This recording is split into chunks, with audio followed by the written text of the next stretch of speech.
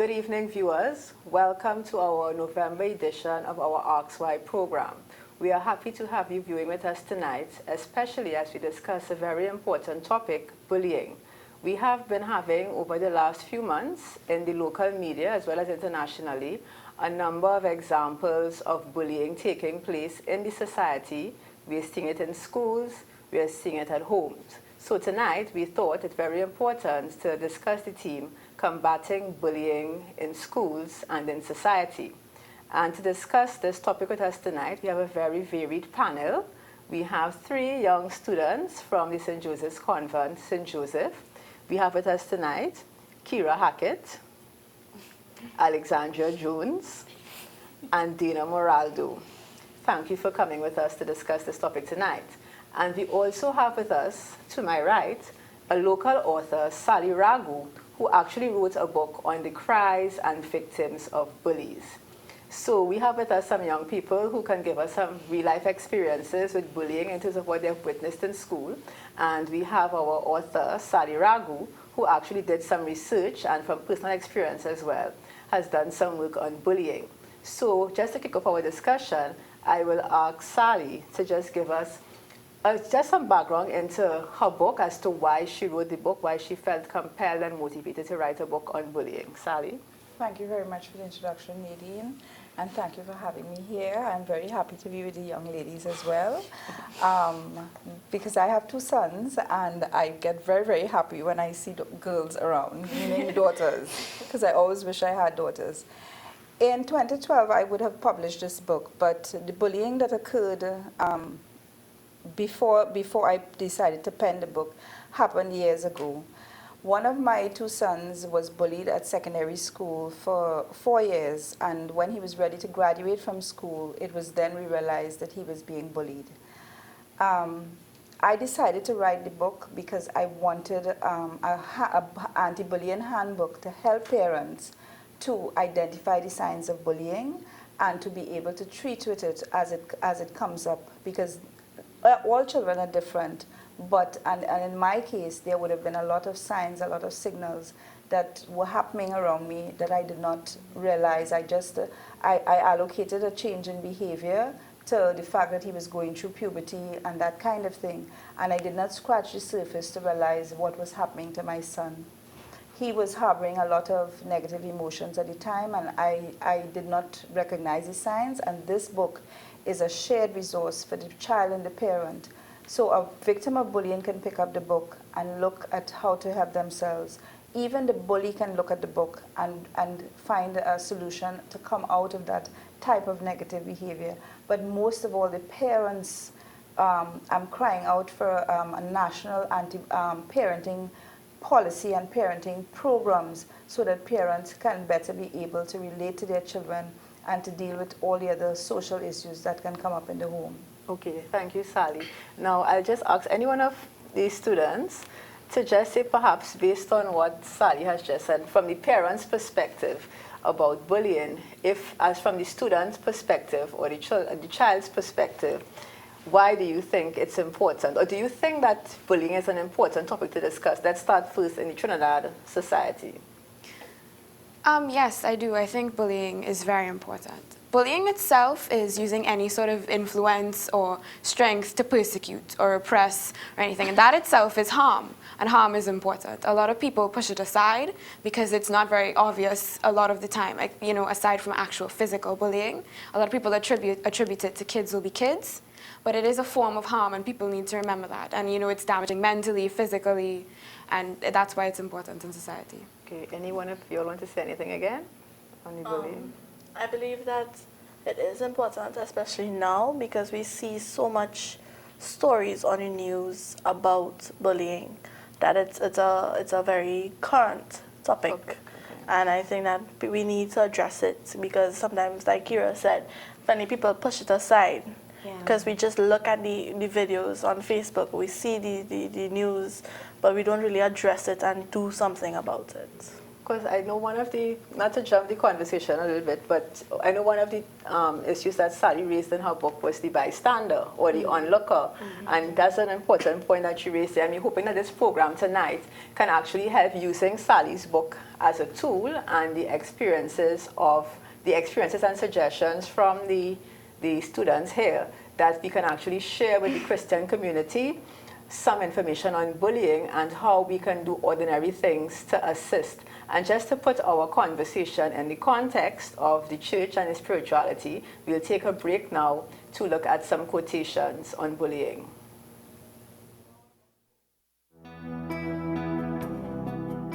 In Pacem in Terris, Pope St. John the 23rd wrote, "Any human society, if it is to be well ordered and productive, must lay down as a foundation this principle, namely, that every human being is a person. As Roman Catholics and as people seeking to live a moral life, we must condemn bullying as being antithetical to the Christian way of life and to the very understanding of what it means to be a human being. By protecting children from bullying, we are further recognizing that human persons are willed by God and that they are imprinted with God's image. Catholics are called to protect the dignity of the human person without exception.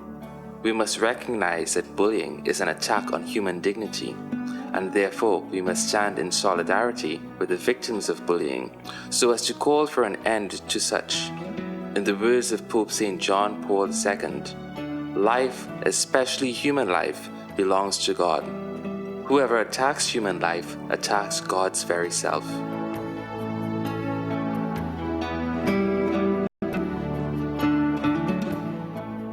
Bullying occurs in many forms, ranging from the more obvious, such as physical and verbal abuse, to more recent covert forms, such as cyberbullying, which involves the use of mobile phones and social networking sites such as Facebook and Twitter.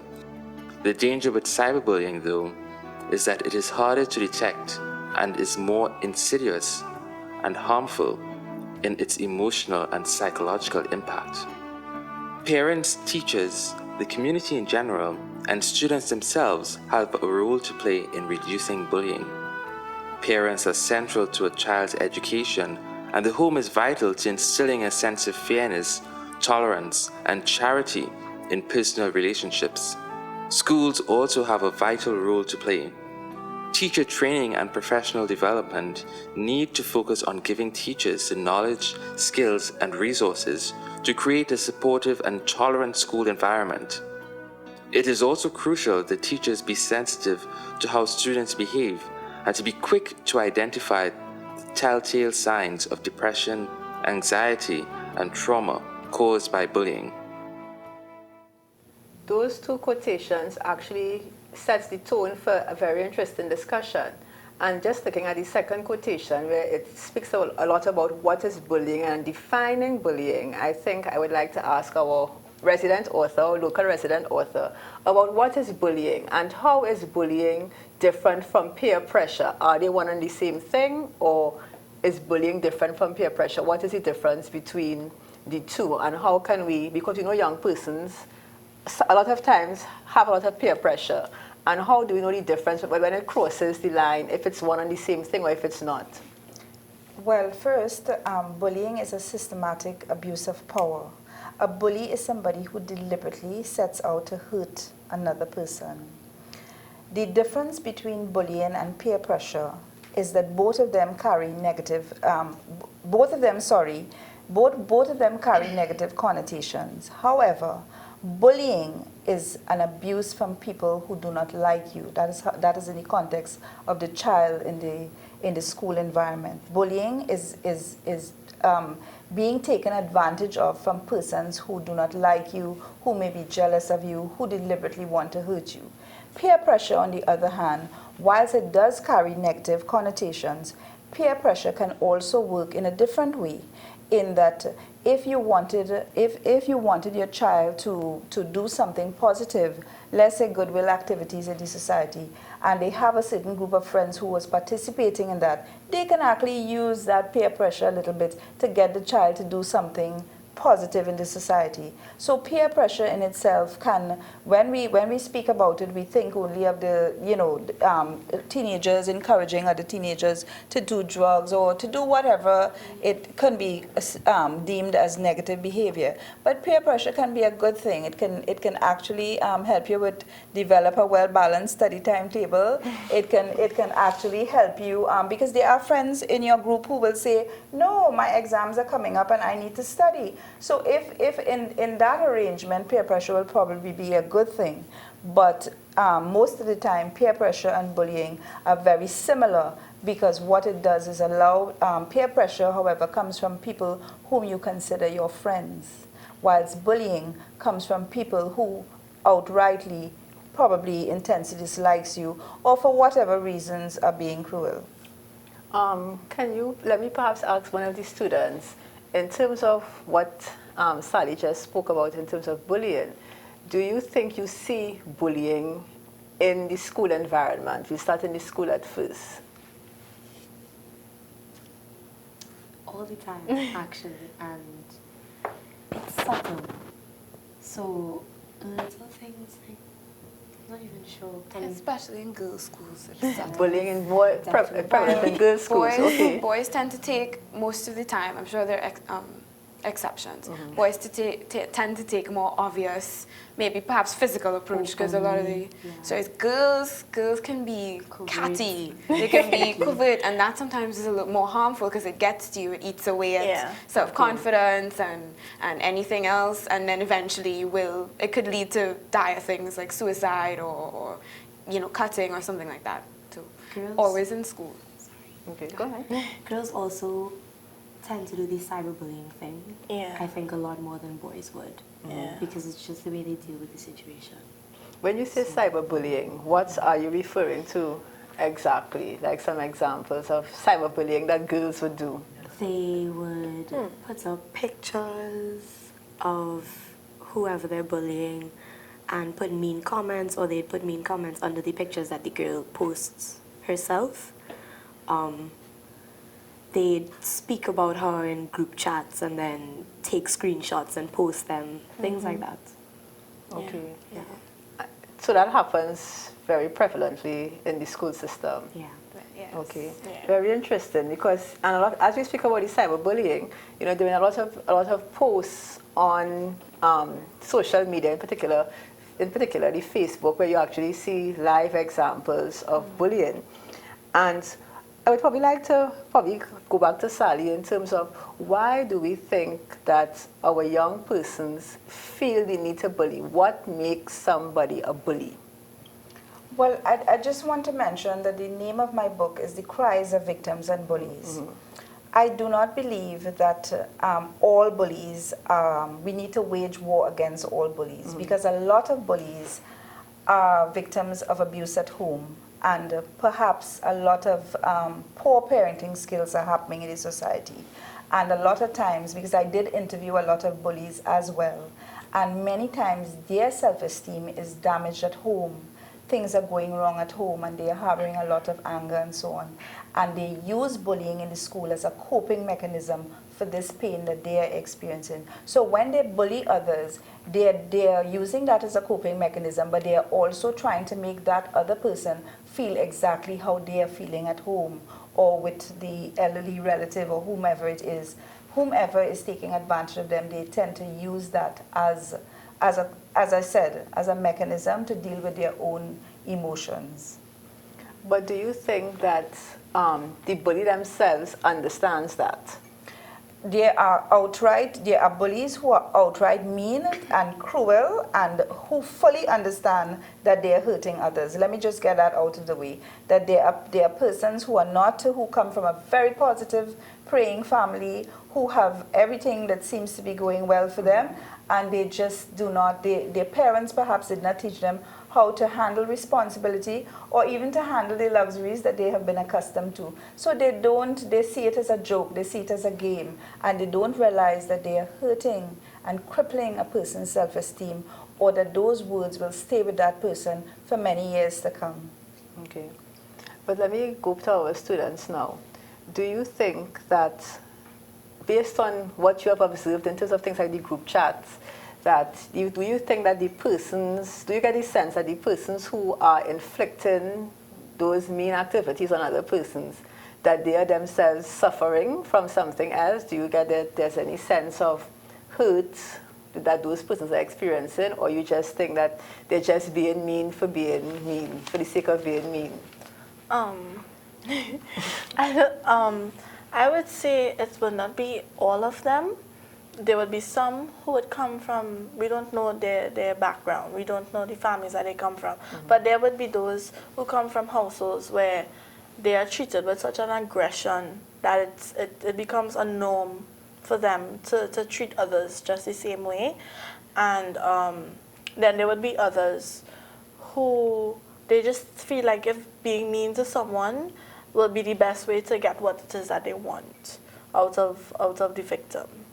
And yeah, I just believe that's how it will be.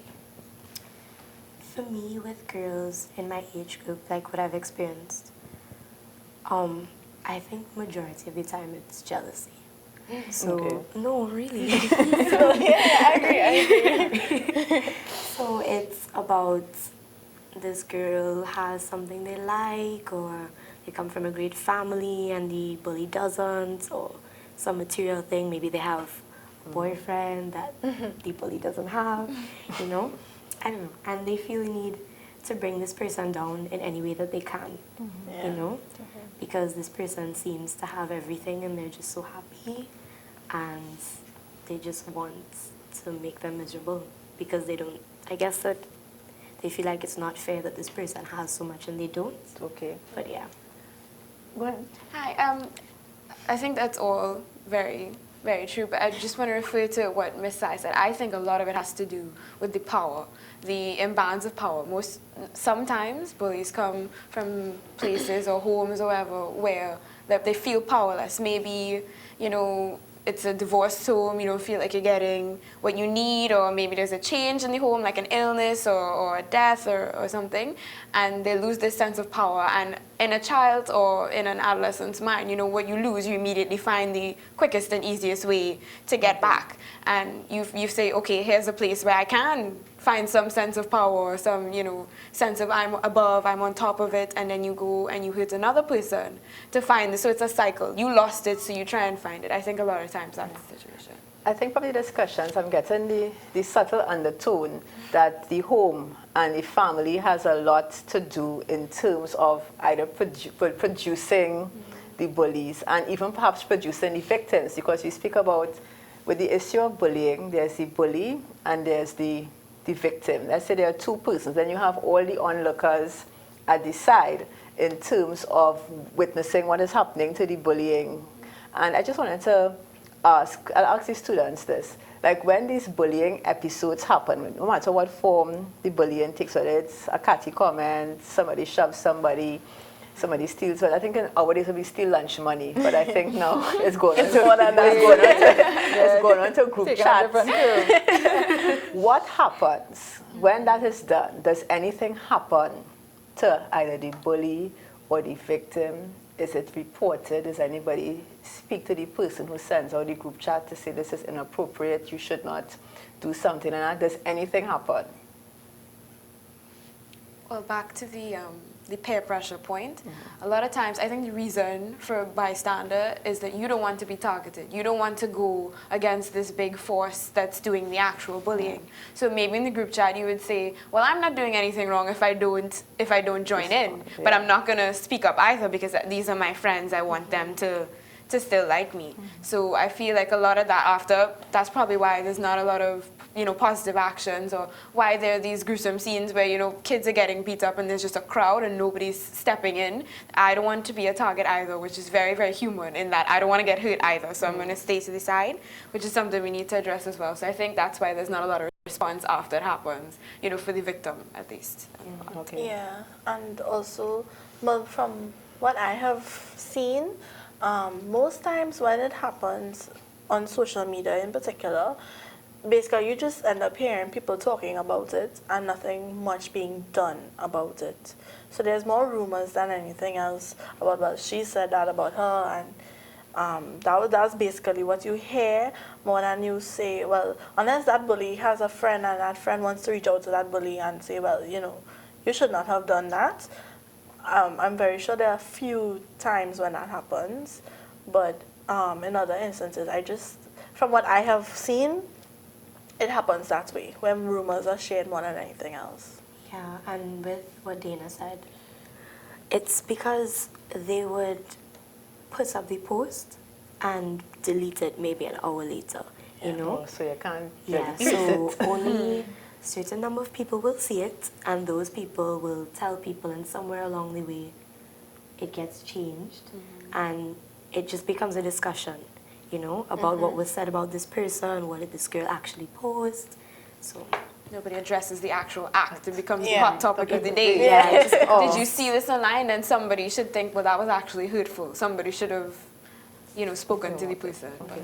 But before we continue the discussion in terms of the role of the different persons, because as you spoke, you get a sense that things are happening, people are discussing it, but the information to act is not really reaching to the most appropriate person, whether it's the school principal, the parent, a supportive friend. But before we go into that aspect of it, I'd like us to take a break again for another video presentation on bullying. How can students build community where everyone belongs? Sometimes bullying is an issue in our school communities, and we often say that the antithesis of bullying is building community. So my question now is, how do we get our student leaders to help build communities of belonging? Yes, of course, this is the essential thing. We're not all alone with one or two people. We're about building community, and the whole vision of Jesus is to build a community, to love one another as Jesus loves them. That's to say, to create a unity amongst people, which somewhere is about creating peace.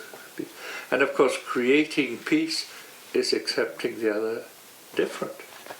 Men and women, people of different ethnic origins, different religions, people with different sexual orientations. I mean, each one is a person. We all have to remember that Hitler wanted to kill people with different homosexual orientations, with people with handicaps, people who were mentally sick, people who were Jews and people who were Roms. This was the greatest tyranny of the world, and we are called to be a democracy.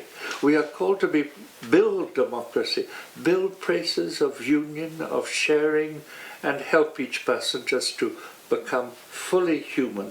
Each one, we are different, but we each have gifts, and to help each person to grow with their gifts so that we can create a world which is a better world. There's a danger in all of us, because in all of us there is violence, and we can always be violent when we're pushed to an extreme. But violence comes because we're weak. Violence becomes because we don't know how to dialogue. Violence is a way of speaking because we're too weak to speak. So the opposite to violence is building. The opposite to violence is accepting. The opposite to violence is discovering that there is violence in us, but it can be changed. It can be transformed into tenderness and into love, which is a greater acceptation of every person as they are. That video presentation brought out a number of issues, and one of the key ones that it brought out is that we are all created in God's image and likeness, and every human being is a person. And very central to that is that all of us have human weaknesses, and the speaker there is likening the issue of bullying to people not being able to speak to each other. So when Sally spoke earlier about victims, the bullies themselves are actually crying out for assistance. Their bullying is a form of, they are talking to us, not in the way that we would like them to, but there's no dialogue. So I think it's very important for us now, looking outside of the victim and the bully, the persons around them in terms of picking up these signs.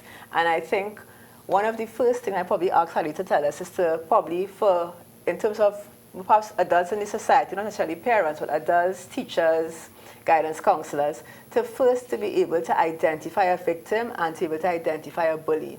Because based on what is being said by the students here, I think, in terms of, especially look at the cyberbullying, it is perhaps very difficult to identify who the victim, well, they may be able to identify the victim, but may not be able to identify who the bully is, because you put up a post and you take it down immediately. There's just a discussion in terms of rumors. So I think it's very important for us as individuals in the society to be able to identify who are victims and who are bullies. You may not know. So just to get your thoughts on that. Sorry. No, in terms of us identifying what might be some of the signs that of somebody is a victim of bullying, and also in terms of the adults or the parents, let's do the victim first to identify. Well, Nadine, that question comes up a lot because I have been doing a few little lectures at PTA meetings and so on. And many times a parent will ask, well, how do I know if my child is a victim, or how do I know if my child is a bully? A parent in the home, everything that happens to the child starts at the home. So that a parent who sees a child at home who cannot manage, who has no management of their anger, who lashes out, who is unkind to animals, who would enjoy killing a bird, or it could be something so simple, yes, but there are negative behaviors that you will notice in the home environment, or that they're unkind to a sibling, or consistently complaining, or cannot manage a simple form of discipline. All of those things can be telltale signs or signals for a parent to know, listen, my child needs a little bit of counseling, my child needs a little anger management, maybe I need to take my child alone and have a talk-to-talk, have a heart-to-heart with that child, and so on. Or if it is in the case of the victim, as with my son, he was very shy, he had a small build at the time, and he was not one of those that wanted to look bad in front of his friends. And the moment that friends catch you in an area where they feel that you wouldn't share with an adult, that's when they tend to take even further advantage of you. But in the home environment, a child can stop sleeping well, a child can stop eating their favorite meals. In the case of cyberbullying, a child who is excited about a phone or excited about a laptop, you may see them not wanting to look at a message. You may see them suddenly reluctant to do research. Of course, you know, sometimes when they say they're researching, you're playing games. but on a more serious note, you will notice, because your child is a part of you, is an extension of yourself. And I think that parents these days we mustn't see ourselves as a parent for just, I'm not a parent for my 2 sons alone. I'm a parent for all children, because that's what we need to have fostered in society. Parents in the home, I'm not being critical to anyone. We need to be more observant about our children. In my case, I felt very guilty and hurt as a parent because I did not notice what was happening to my son. Many times he would come home sad, and I would ask him, well, son, you know, how was school today? And he would say, normal. And that's a word that I know that teenagers use. Everything is normal. But a parent needs to ask more questions. You don't leave it at that. My son was also reluctant to do group activities. On sports day, he wouldn't go to sports, you know, and what I'm thanking God for is that he was able to get rid of that tight internal ball of pain, and he's such a loving, confident human being now. And because of that, you know, when I look at how he has been transformed into a confident young man, I am thanking God for that. But I also know that there are a lot of victims of bullying in society who still crying out for help, who would have dropped out of school because of the bullying. Believe it or not, there are children who tell their parents that they're in the middle of secondary school education and they don't want to go back to school. Why? Because they can't cope.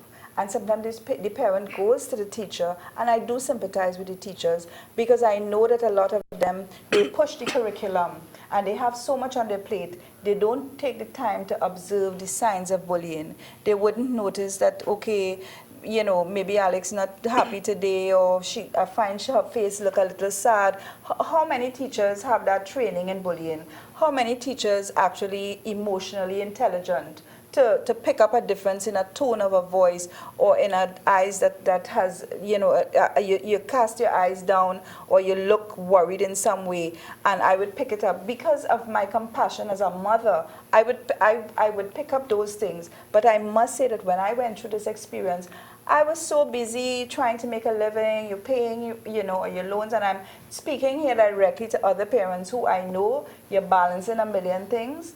Most parents now, both parents are working in the home. So while I was growing up, I had this luxury of having my mommy at home. Children don't have that now. Many times both parents are working, so it's less attention for the children. But a parent can tell if a child is a bully, you are going to see negative behaviors being displayed, and we are responsible. God has given us our children as a gift. And we are responsible for having our finger on the pulse of what is happening with our children. When we see negative behaviors, we have to find a way to deal with it. When we observe our children hurting, we have to find a way to deal with it. Even if it means going outside of the family, the circle of the family, and getting professional help, sometimes that's what it has to be for us, because we want our loved ones and we want our children to be positive members of society. To add value. So I'll ask any one of our students now.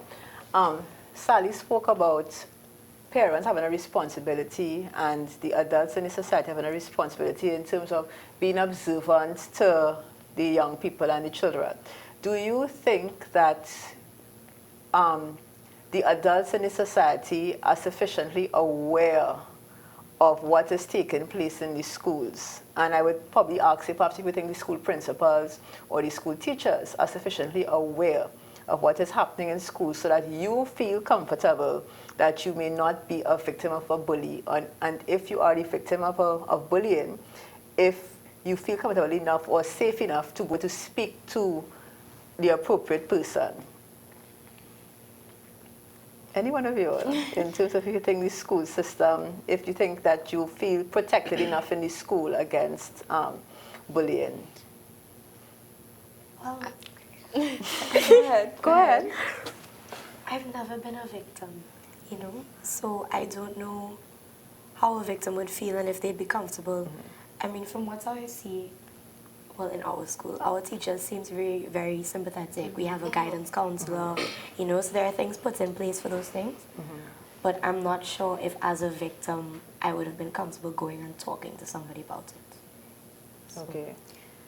Yeah, our school is pretty amazing. No, it's a really, it's a Well, that's really, good. Sit it's down not- for that. thank God. Yes. It's not just, false mind. It's a really loving, like, we're close with all of our teachers, they're always asking, what did you do? Speaking everything's okay with you. Yeah. Well, but in certain other schools, perhaps because you read about it and you see it on the news and stuff, they don't really put much into actively trying to stop these things, because again, kids will be kids, boys will be boys, and girls are catty, and they just leave it at that. They'll grow out of it, but they need to look at how it's gonna, it'll start off as, oh, she knocked her lunch kit off of the desk. It was mean, but eventually but then it could go into, oh, she hit her, or it's eventually gonna develop.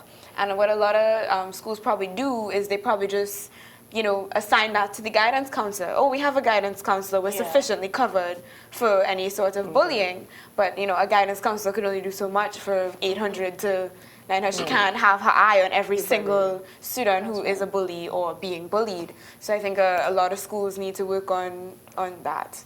Find some other way, maybe private group sessions or private counseling, to just even it out. I think that would be good. Yeah, I would say about how she said our school is amazing.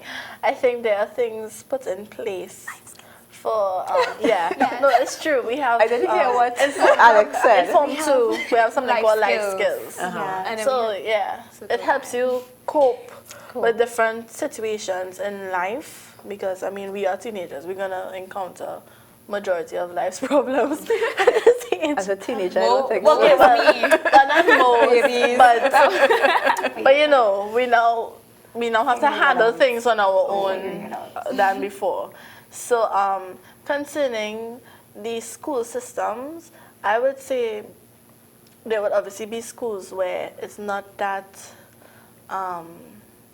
the teachers are not experienced much when it comes to coping, well, not really coping, but handling situations. So like sometimes you would wonder, when you see the videos on Facebook and other social media networks, you try to question, where was the teacher? Well, did anybody do anything about it? And so I question that sometimes. And so you have to eventually question the school system, the education system, what are they really doing about it? And I I believe that there are some teachers that there needs to be some sort of training that needs to be put in place for teachers, so that they know how to handle bullying, especially because I think it's very important. So That's the thing. Alex. As Dana said, the Minister of Education, right, has said that he had... the previous one. Well, yeah, that there were all these measures put in place to battle bullying. There's supposed to be one counselor to every, I don't know, 10? I don't know. 10 students. Some something number like of that. students. Yeah. There's supposed to be classes. There's supposed to be classes for the teachers in terms of recognizing bullies and victims and things like that. But are those things really put in place? Everywhere. You know, need to look at everywhere. Everywhere, yeah. And that's one of the problems. Yes. They need to be put in place. But I was just wondering, with all the discussions that have been taking place in the media with respect to bullying, has there been any program in schools that actually spoke directly to the issue of bullying since the recent spate of information being put out there in terms of actual bullying taking place? I was just wondering if there was anything done at all, like say that schools have made an effort to speak to children in the system about bullying. Well, I haven't. None comes to mind like they had a talk or anything. But you all know the program Young Leaders. Yes. Yeah, a lot of time the Yes, themes are about inclusion, and our theme was different pieces make the puzzle. It was about inclusion as well.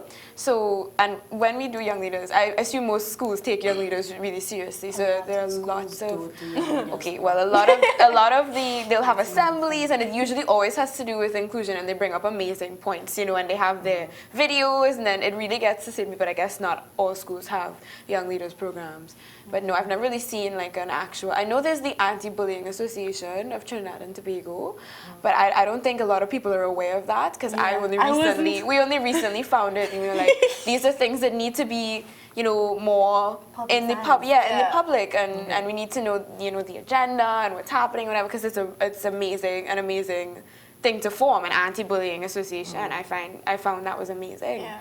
But things like that need to be more amped up, because I don't recall having any program or talk brought to me about them. Also, I think, well, it's a question that I asked when we found out about the Anti-Bullying Association is, like in the States, there are like anti-bullying hotlines. But I don't think we have that put in place, and we should. Like I haven't heard of any anti-bullying. We have a child hotline. Hotline. Yeah. And I think it's just about victims calling in and getting counseling and having somebody to speak to about it, Because sometimes you don't particularly want to talk to a parent because it's embarrassing to a point, The victim feels a little bit embarrassed. Maybe they don't want to talk to a teacher or a parent because they know them personally. It's good to have things like that where you can go to somebody who can help you that you don't necessarily know, Anonymously. So, Yeah. I think that's a good idea. Point taken. We're going to take another break for another video presentation. I just want to remind our viewers that it is a call-in program, and the number will be put up on the screen for you to call in anytime now after the video presentation.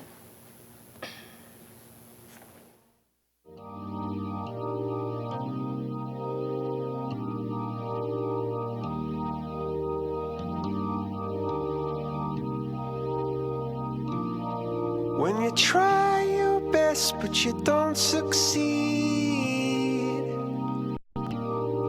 when you get what you want but not what you need, when you feel so tired but you can't sleep, stuck in reverse,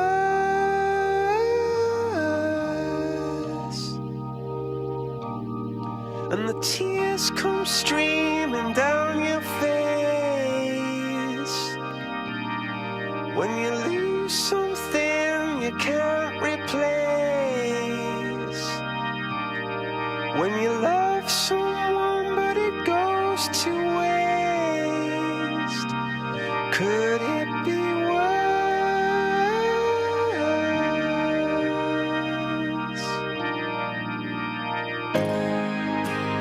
Lights will guide you home and ignite your bones, and I will try to fix you.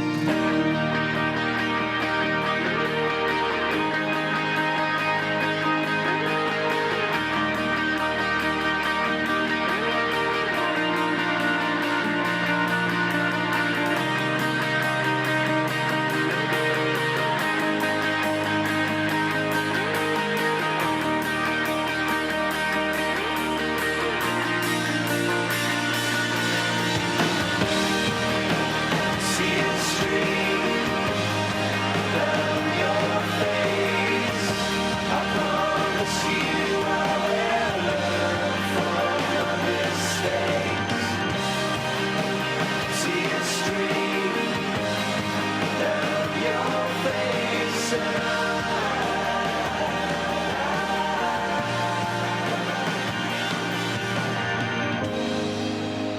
Lights will guide you home and ignite your bones, and I will try to fix you. I would like to start with Sally with our discussion again in terms of what do you think is the effect of bullying on the society? Does it have an effect? If bullying is not checked, if it's not curbed or dealt with, what can happen to our society? But before you answer, I just want to remind the viewers that we are taking calls tonight, so please feel free to call if you have any questions for any one of the panelists here. Sally. Nadine, I strongly believe that bullying in our society is becoming an overwhelming problem. And I want to say that if we don't treat with it now, in the long run, the crime levels can be escalated. Let me explain what I mean. If the victim and the bully is in the school system, and we don't have partnerships between the Ministry of Education and the Ministry of Social Development, and by that I mean to get counseling, to get the proper care for these children, to bring them out of whatever negative behaviors they may be harboring. In many instances, too, even the victim can also escalate to, and lean towards negative behavior in the long run.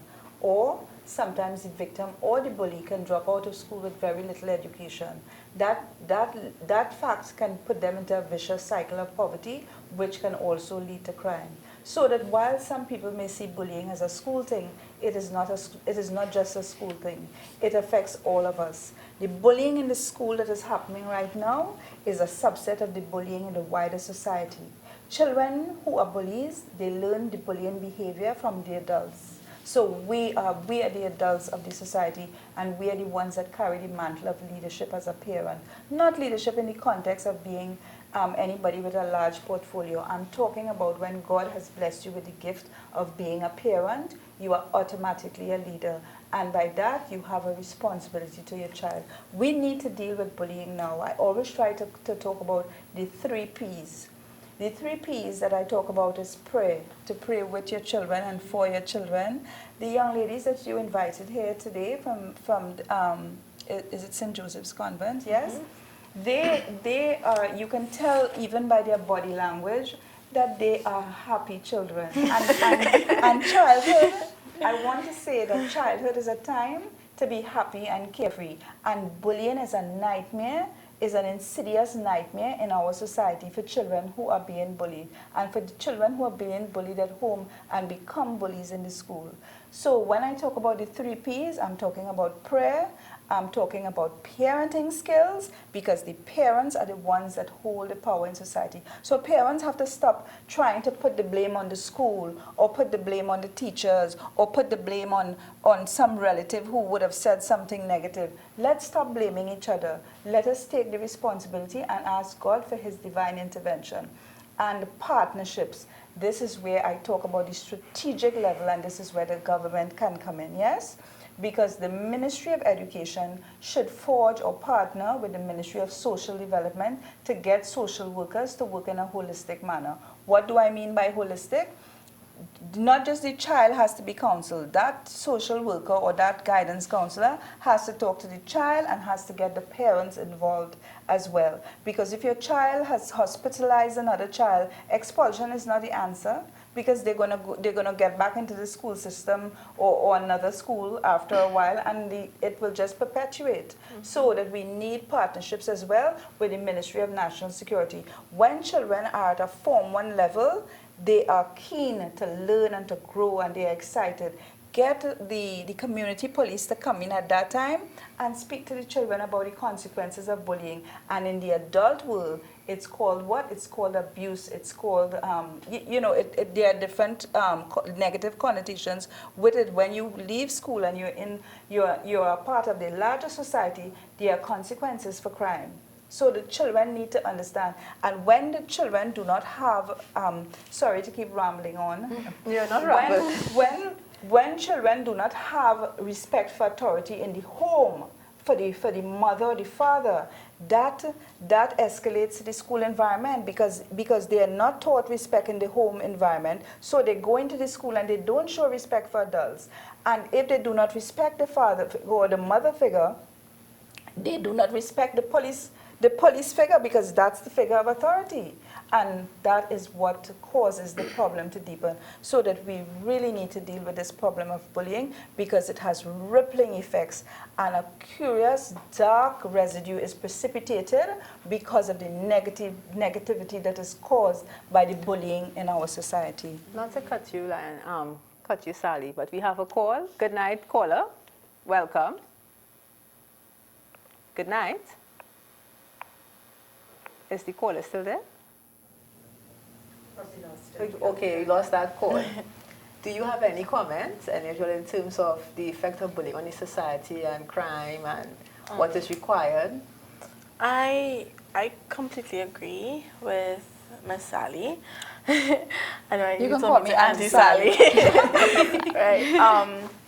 Ever since I was small and growing up in church, I was always taught that the family is the foundation. We have a caller. I don't want to see caller again. Good night, caller. Welcome. Good night. Good night. Hello. Hello, good night. We're hearing you. Yes, I am a school social worker, and actually tomorrow I have sessions at my school on the topic bullying.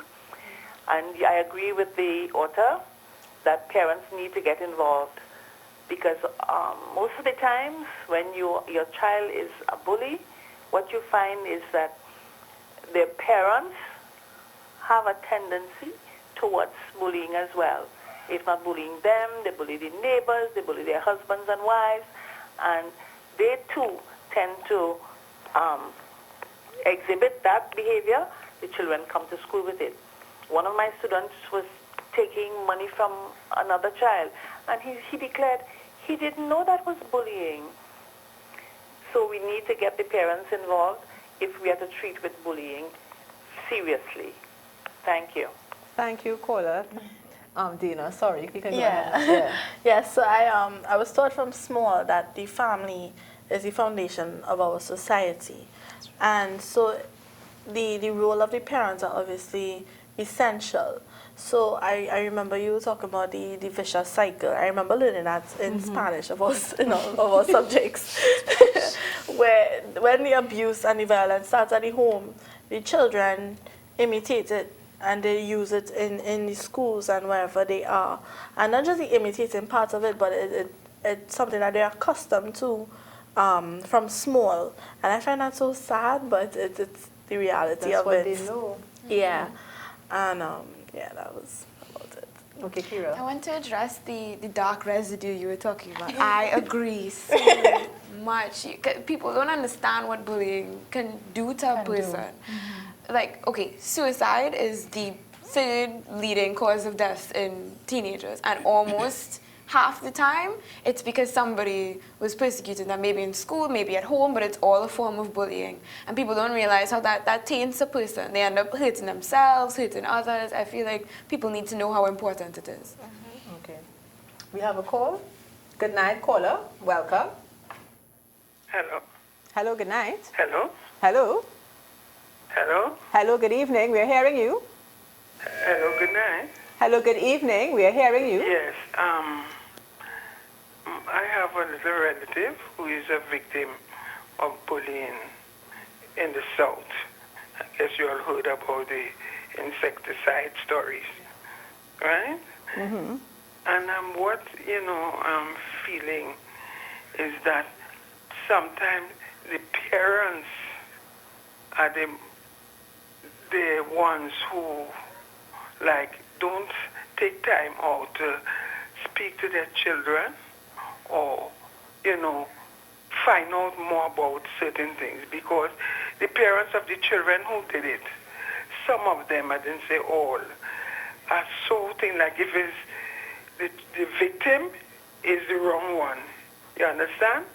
You show him a lie and this and this, you'll say my son wouldn't do that and all this type of thing. But they use, some of them are sort of angry and saying the child lie. Whereas it was done in the open, it's big children standard 5. You understand? It's not to say, well, it's second year or first year. And I don't understand that. The parents are the ones that need the counseling more than the children, because they always say their child, children are good children, but the children will be good at home, but in school is a different thing. I'm one who teach RI in a secondary school, and I can tell you that. Right? So I think the parents, you all need to counsel the parents even more than the children. Thank you. Thank you, caller. Good evening. And just we have about 5 more minutes on the program. And Sally, her book, just for her to give us some more details in terms of where her book is available. And it actually is, just from reading the book, it's a very simple handbook. And the last caller spoke about parents, as well as the caller before was a guidance counselor. And the book actually itemizes the role, what you can do for parents, what you can do for the counselor, and what us as bystanders can do as well. So just ask Sally to tell us exactly where her book is being sold and what other work she's doing to support the reduction of bullying in society in Trinidad and Tobago before I get some final comments. Thank you, Nadine. The book is available at Jadu's Trading in Arima. It is also available at Sharon's bookstores. It's available at Keith Can bookstores and Nigel R. Can bookstores. It is also available on Amazon, where I'm happy to report it received 5-star ratings. So, because bullying is not just a national issue, it is a global issue. And I'm certainly trying to raise some funds as well through sales in order to distribute copies of the book here locally. I also started my own NGO, Missions and Motivation Association. The acronym is MAMA. I know that will appeal to you all.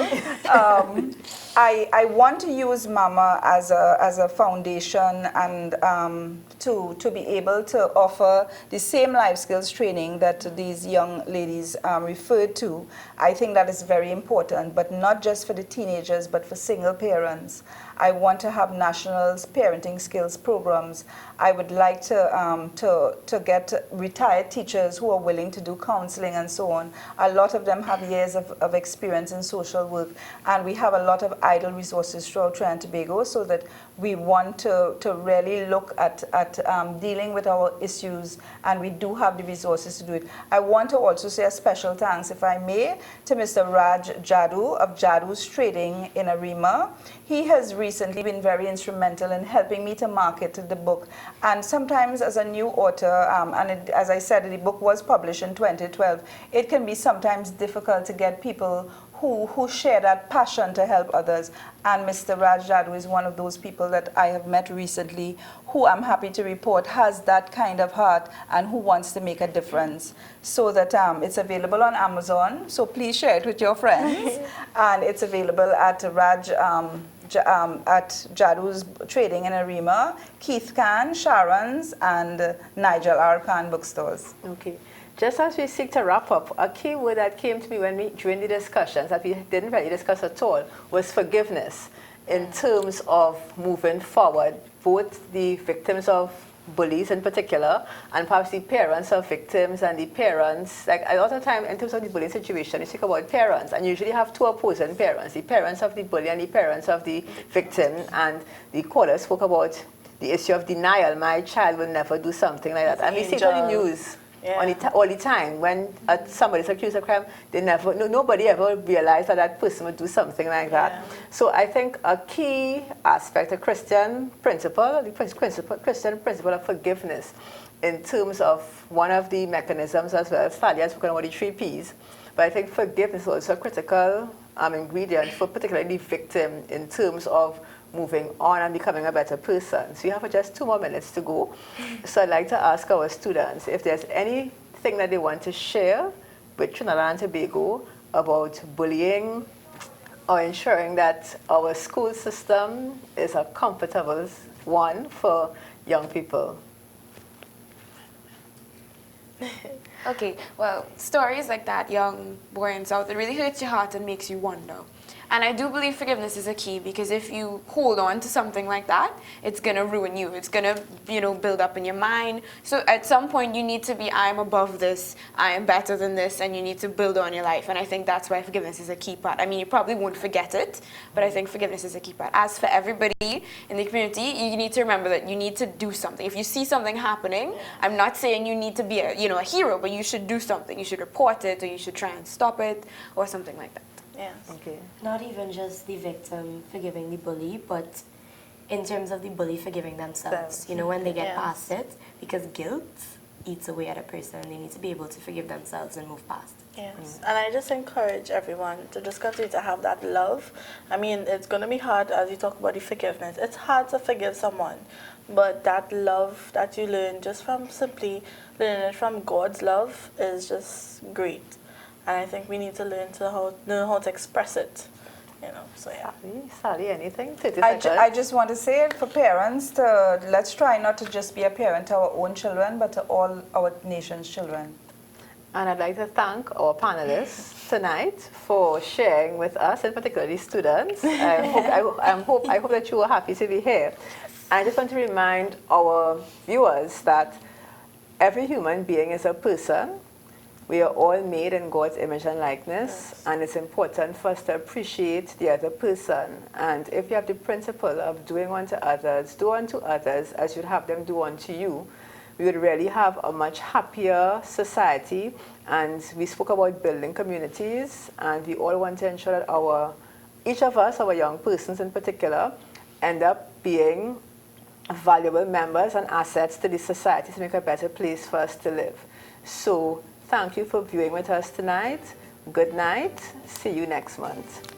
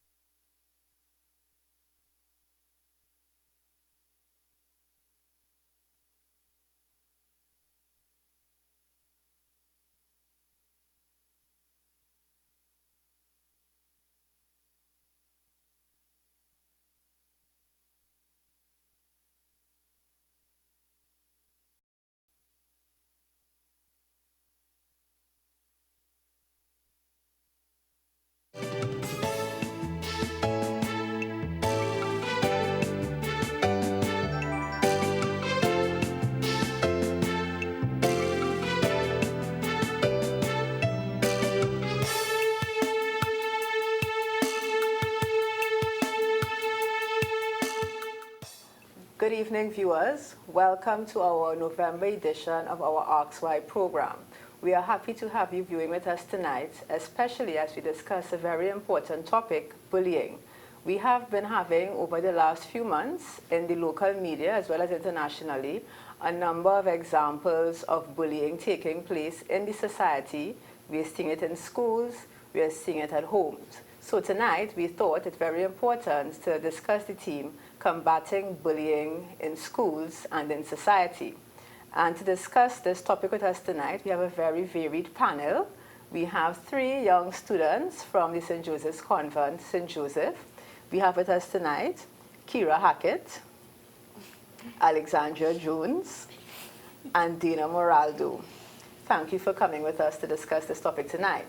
And we also have with us, to my right, a local author, Sally Raghu, who actually wrote a